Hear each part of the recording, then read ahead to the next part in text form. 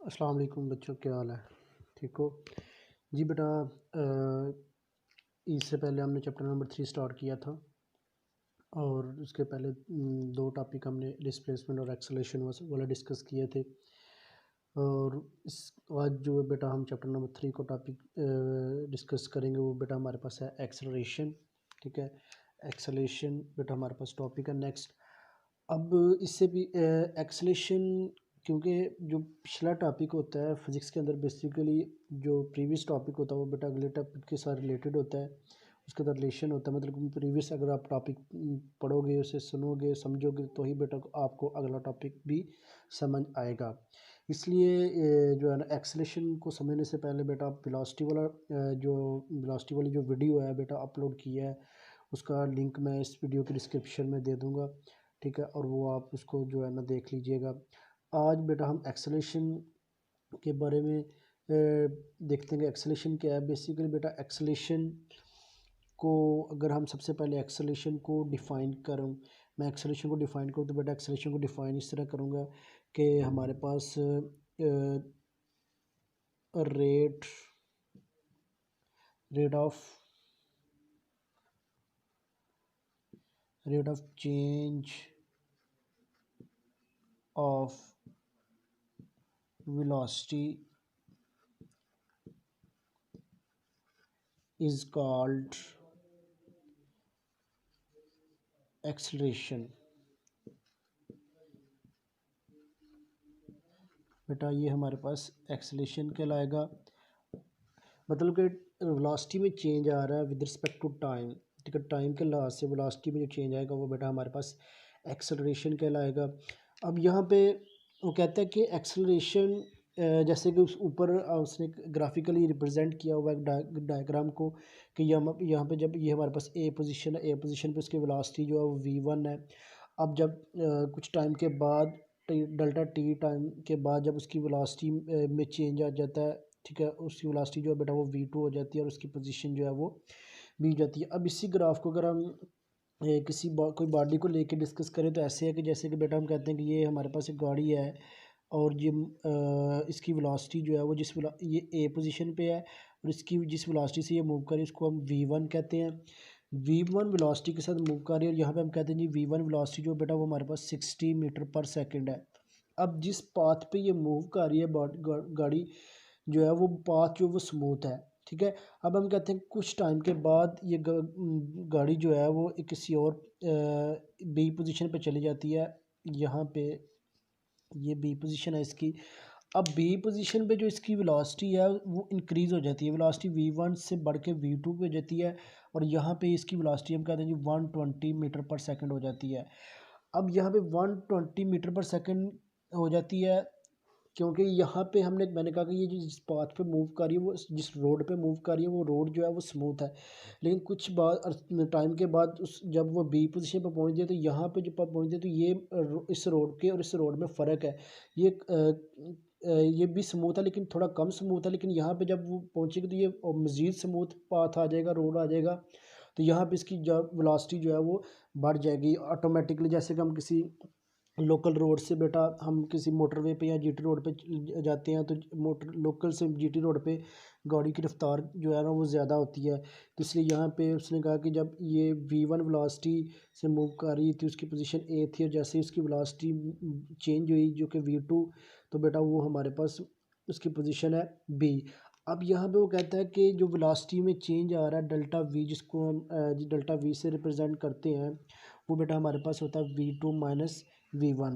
v2 अगर हम मैं लिखूँगा बेटा हमारे पास जो वेलोसिटी में चेंज आएगा delta v is equal to v2 minus v1। ये बेटा हमारे पास वेलोसिटी में चेंज आ रहा है। अब उसके बाद कहता है कि हमारे पास जो वेलोसिटी में चेंज क्या आता है, जैसे कि मैं यहाँ पे लिखता हूँ कि v2 बेटा हमारे पास 120 मीटर पर सेकंड थी। ठीक है, और हमारे पास v1 जो है वो 60 मीटर पर सेकंड है। v2 बेटा हमारे पास 120 मीटर पर सेकंड है और v1 जो है हमारे पास 60 मीटर पर सेकंड है। जब हम इनको माइनस करेंगे, ठीक है, जब हम इसको माइनस करेंगे तो बेटा हमारे पास जो वेलोसिटी में जो चेंज आएगा वो बेटा हमारे पास डेल्टा वी जो आ जाएगा वो बेटा हमारे पास 60 मीटर पर 120 में से 60 निकालें तो बेटा बेसिकली हमारे पास जो है वो 60 मीटर पर सेकंड पीछे बच जाता है। अब 60 मीटर पर सेकंड जो हमारे पास बचेगा हम लिखेंगे जो डेल्टा वी है हमारे पास वो आ जाता है 60 मीटर पर सेकंड और ये बेटा हमारे पास वेलोसिटी में चेंज आ रहा है। अब उसके बाद वो कहता है कि वेलोसिटी में जो चेंज आया तो वेलोसिटी के चेंज होने के साथ साथ टाइम में भी चेंज आता है, मतलब कि डेल्टा टी भी बेटा हमारे पास आ जाता है। अब अगर हम लिखें एक्सेलरेशन को तो बेटा एक्सेलरेशन जो है उसका अगर मैं फार्मूले की बात करूं तो एक्सेलरेशन जो है वो हमारे पास आ जाता है change in velocity divided by change in time. ठीक है, टाइम में चेंज और वेलोसिटी में चेंज जो है बेटा हमारे पास एक्सेलरेशन कहलाता है। तो अगर मैं यहाँ पे लिखूँ तो बेटा हमारे पास चेंज इन वेलोसिटी, जैसे कि मैंने कहा कि चेंज इन वेलोसिटी बेटा हमारे पास ये है delta v is equal to V2 minus V1। तो बेटा मैं यहाँ पे जब लिखूँगा delta v over delta t तो बेटा ये हमारे पास इसको एक्सेलरेशन को हम स्मॉल ए से रिप्रेजेंट करते हैं। ठीक है, अब यहाँ पे एक चीज़ बता दूं कि वेलोसिटी में जो चेंज है, अब अगर हम इसकी एवरेज वेलोसिटी की बात करें, जैसे कि पीछे जब हमने वेलोसिटी वाला टॉपिक पढ़ा था तो वहाँ पे हमने एवरेज वेलोसिटी की बात की थी। अब यहाँ पे हम एवरेज एक्सेलरेशन की बात करेंगे। तो जब मैं लिखूँगा बेटा एवरेज एक्सेलरेशन, जब यहाँ पे मैं लिखूँ कि एवरेज एक्सेलरेशन क्या है तो बेटा एवरेज एक्सेलरेशन वहाँ पे भी मैंने बताया था, जैसे कि वेलोसिटी एवरेज वेलोसिटी क्या है, हमने कहा था कि total change in displacement over total time हमारे पास टोटल एवरेज वेलोसिटी थी। यहाँ पे हम एवरेज एक्सेलरेशन की बात करेंगे तो बेटा ए एवरेज जो हमारे पास होगा वो होगा total velocity over total time. ठीक है, टोटल टाइम, ये बेटा हमारे पास total velocity over total time जो है वो बेटा हमारे पास एवरेज एक्सेलरेशन का फार्मूला है। इस तरह हम एवरेज एक्सेलरेशन निकाल सकते हैं। अब एवरेज एक्सेलरेशन के बाद जिस तरह हमने एवरेज इंस्टेंटेनियस वेलोसिटी निकाली थी, यहाँ पे भी हम इंस्टेंटेनियस एक्सेलरेशन की बात करेंगे। तो इंस्टेंटेनियस एक्सेलरेशन की अगर मैं बात करूँ इंस्टेंटेनियस एक्सेलरेशन तो बेटा इंस्टेंटेनियस एक्सेलरेशन हमारे पास क्या आता है। अब देखें जिस तरह इंस्टेंटेनियस एक्सेलरेशन कि मैं कहता हूँ कि हमारे पास हमने कहा कि जो पोजीशन पे इसकी गाड़ी की जो वेलोसिटी थी वो V1 थी, बी पोजीशन पे गाड़ी की वेलोसिटी जो थी वो V2 थी और जो हमारे पास चेंज इन वेलोसिटी आ रहा था वो डेल्टा V था। अब जैसे कि हमने कहा था कि उस केस में वेलोसिटी के केस में मैंने कहा था कि जब हमारे पास गाड़ी जो है गाड़ी मूव करती है, जैसे कि हम कहते हैं कि ये गाड़ी है ये मूव कर रही है। ठीक है, अब इसकी वेलोसिटी जो है वो V1 है, इसकी वेलोसिटी जो V1 है। अब आपको याद है कि हमने डिस्प्ले वेलोसिटी वाले केस में भी हमने कहा था कि हमारे पास हम किसी भी बॉडी की किसी भी पॉइंट पे लिमिटेड वैल्यू फाइंड करने के लिए, लिमिटेड वेलोसिटी फाइंड करने के लिए हम जो है ना बेटा इंस्टेंटेनियस वेलोसिटी जो है ना वो पढ़ते हैं। यहाँ पे भी हम क्या करते हैं कि ये बॉडी जब मूव कर रही है इसकी ए पोजीशन है या बी पोजीशन है। ठीक है, तो जब ए या बी पोजीशन, अब इनके यहाँ पे जब टाइम जो है बेटा 20 मिनट है हमारे पास, टाइम जो टाइम में चेंज आ रहा है। अब हमने कहा कि हमने एक्सेलरेशन फाइंड करना है, किसी एक लिमिटेड एक्सेलरेशन, मतलब लिमिटेड वैल्यू ऑफ एक्सेलरेशन बेटा हमने फाइंड करनी है। तो वो तब भी है कि जब हम किसी एक पॉइंट पे फाइंड करेंगे। तो मतलब ये है कि इसके लिए हम क्या करेंगे, टाइम को श्रिंक करते जाएंगे, जितना कम टाइम करते जाएंगे तो बेटा हमारे पास वेलोसिटी में भी कम चेंज आएगा। हम कहते हैं कि हम यहाँ पर टाइम 20 मिनट लिया है, हम टाइम को कम कर देते हैं। तो बेटा टाइम को जब हम कम करेंगे, टाइम को कम करेंगे तो बेटा हमारे पास इसकी वेलोसिटी में भी कम चेंज आएगा। अगर वेलोसिटी में कम चेंज आएगा तो बेटा हमारे पास यहाँ पर टी हम कहते हैं कि 10 मिनट कर देते हैं। तो ये देखें वेलोसिटी में, दोनों वेलोसिटी में बहुत कम चेंज आ रहा है। तो मतलब कि फिर कहता है कि ऐसा आहिस्ता आहिस्ता जब हम टी की वैल्यू को कम करते जाएंगे तो एक ऐसा पॉइंट आएगा कि जहाँ पे बेटा हमारे पास डेल्टा टी जो है वो अप्रोच कर जाएगा ज़ीरो को। जब ये ज़ीरो को अप्रोच करेगा, ज़ीरो को अप्रोच करेगा तो मतलब कि यहाँ पे ये जो बी पॉइंट है ये यहाँ से मूव करके ऐसा होगा कि ये बी जो है ना यहाँ से जब जैसे जैसे हम टाइम को कम करते जाएंगे तो वेलोसिटी में चेंज भी कम होता जाएगा, तो फिर ऐसा होगा ये इस पॉइंट पे आ जाएगा। मतलब कि यह दो हमें ये एक ही पॉइंट नज़र आएगा ए के ऊपर। तो अब इस पॉइंट के ऊपर हम एक्सेलेरेशन फाइंड करेंगे, जिस एक्सेलेरेशन को या हम एक्सेलेरेशन की लिमिटेड वैल्यू फाइंड करेंगे, उस एक्सेलेरेशन को बेटा हम कहते हैं इंस्टेंटेनियस एक्सेलेरेशन। और तब ही हम फाइंड कर सकते हैं कि जब हमारे पास डेल्टा टी जो है वो टाइम डेल्टा टी जो है वो अप्रोच कर जाएगा ज़ीरो को। ठीक है, जब डेल्टा टी अप्रोच करेगा ज़ीरो को तो तब हम कहेंगे जी बेटा हमारे पास यहाँ पे जो एक्सेलेरेशन आ रहा है वो इंस्टेंटेनियस एक्सेलेरेशन है। ठीक है, तो इस तरह हम इंस्टेंटेनियस एक्सेलेरेशन का फार्मूला भी लिखते हैं। इंस्टेंटेनियस एक्सेलेरेशन बेटा हमारे पास आ जाएगा, मैंने कहा कि हम इंस्टेंटेनियस एक्सेलेरेशन का फार्मूला लिखते हैं, तो बेटा इंस्टेंटेनियस एक्सेलेरेशन हमारे पास इंस्टेंटेनियस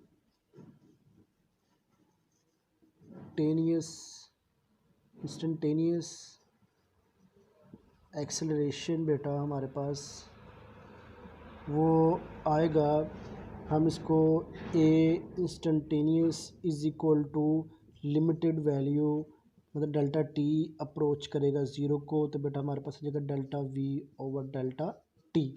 तो ये बेटा हमारे पास इंस्टेंटेनियस एक्सेलरेशन का फार्मूला है। अब उसके बाद हम बात करते हैं एक्सेलरेशन की यूनिट की। तो बेटा S I unit of acceleration, S I unit of acceleration बेटा वो हम किस तरह फाइंड करते हैं, फार्मूले से। हमारे पास फार्मूला था a is equal to v over t. अब वेलोसिटी का यूनिट आपको पता ही है, हमारे पास वेलोसिटी होता है मीटर पर सेकंड, टाइम के लिए हम क्या यूज़ करते हैं, सेकंड। अब ये सेकंड जब ऊपर चला जाएगा तो हमारे पास आ जाएगा मीटर पर सेकंड स्क्वायर। तो बेटा यहाँ पे जो मीटर पर सेकंड स्क्वायर है ये बेटा हमारे पास एक्सेलरेशन का ऐसा यूनिट है। अब अगर हम बात करें डिमेंशन की, तो डिमेंशन जो बेटा हमारे पास डिमेंशन वो हम इस यूनिट से भी निकाल सकते हैं। जैसे कि यहाँ पे मीटर है तो मीटर के लिए बेटा हम यूज़ करते हैं कैपिटल एल, ठीक है, क्योंकि ये लेंथ का यूनिट है तो ये लेंथ के लिए हम कैपिटल एल यूज़ करते हैं। सेकंड टाइम की बात करते हैं तो यहाँ पे हम कैपिटल टी यूज़ करेंगे, तो ये ऊपर -2 आ जाएगा। तो ये बेटा हमारे पास इसकी डायमेंशन ऑफ एक्सेलरेशन भी निकल आएगी। तो इस तरह बेटा हमारे पास डायमेंशन ऑफ एक्सेलरेशन भी आ जाएगी। अब यहाँ पे दो एमसीक्यूज़ हैं, दो पॉइंट ये हैं कि कब हमारे पास एक्सेलरेशन जो है वो पॉजिटिव होता है, कब हमारे पास एक्सेलरेशन जो है वो नेगेटिव होता है। तो पॉजिटिव और नेगेटिव एक्सेलरेशन की बात करें तो पॉजिटिव और नेगेटिव एक्सेलरेशन जो हमें कहता है कि पॉजिटिव और नेगेटिव एक्सेलरेशन क्या होगा। अब बात कर रहा था मैं कि पॉजिटिव और नेगेटिव एक्सेलरेशन की। तो बेटा पॉजिटिव एक्सेलरेशन कब होगा हमारे पास और नेगेटिव एक्सेलरेशन हमारे पास कब होगा। पॉजिटिव एक्सेलरेशन मतलब कि a is equal to v over time. ठीक है, अब हमारे पास वो कहता है कि जब वेलोसिटी बढ़ेगी, ठीक है, तो वहाँ पे हमारे पास एक्सेलरेशन जो है वो पॉजिटिव होगा। फॉर एग्जांपल कि जब आप पंखा ऑन करते हो तो इनिशियल स्टार्ट पे उसकी रफ्तार बहुत कम होती है, स्लो होती है, और जैसे जैसे उसकी वेलोसिटी स्पीड बढ़ती जाती है, रफ्तार बढ़ती जाती है, तो समझो कि वहाँ पे हमारे पास एक्सेलरेशन भी बढ़ता जाएगा, और वो एक्सेलरेशन जो होगा बेटा वो हमारे पास पॉजिटिव एक्सेलरेशन होगा। ठीक है, इसके बाद मतलब कि जब वेलोसिटी के बढ़ने जहाँ पे वेलोसिटी बढ़ेगी वहाँ पे बेटा हमारे पास एक्सेलरेशन जो होगा वो पॉजिटिव होगा। और दूसरा नेगेटिव एक्सेलरेशन, तो नेगेटिव बेटा एक्सेलरेशन इसके अपोजिट होगा, उल्ट होगा।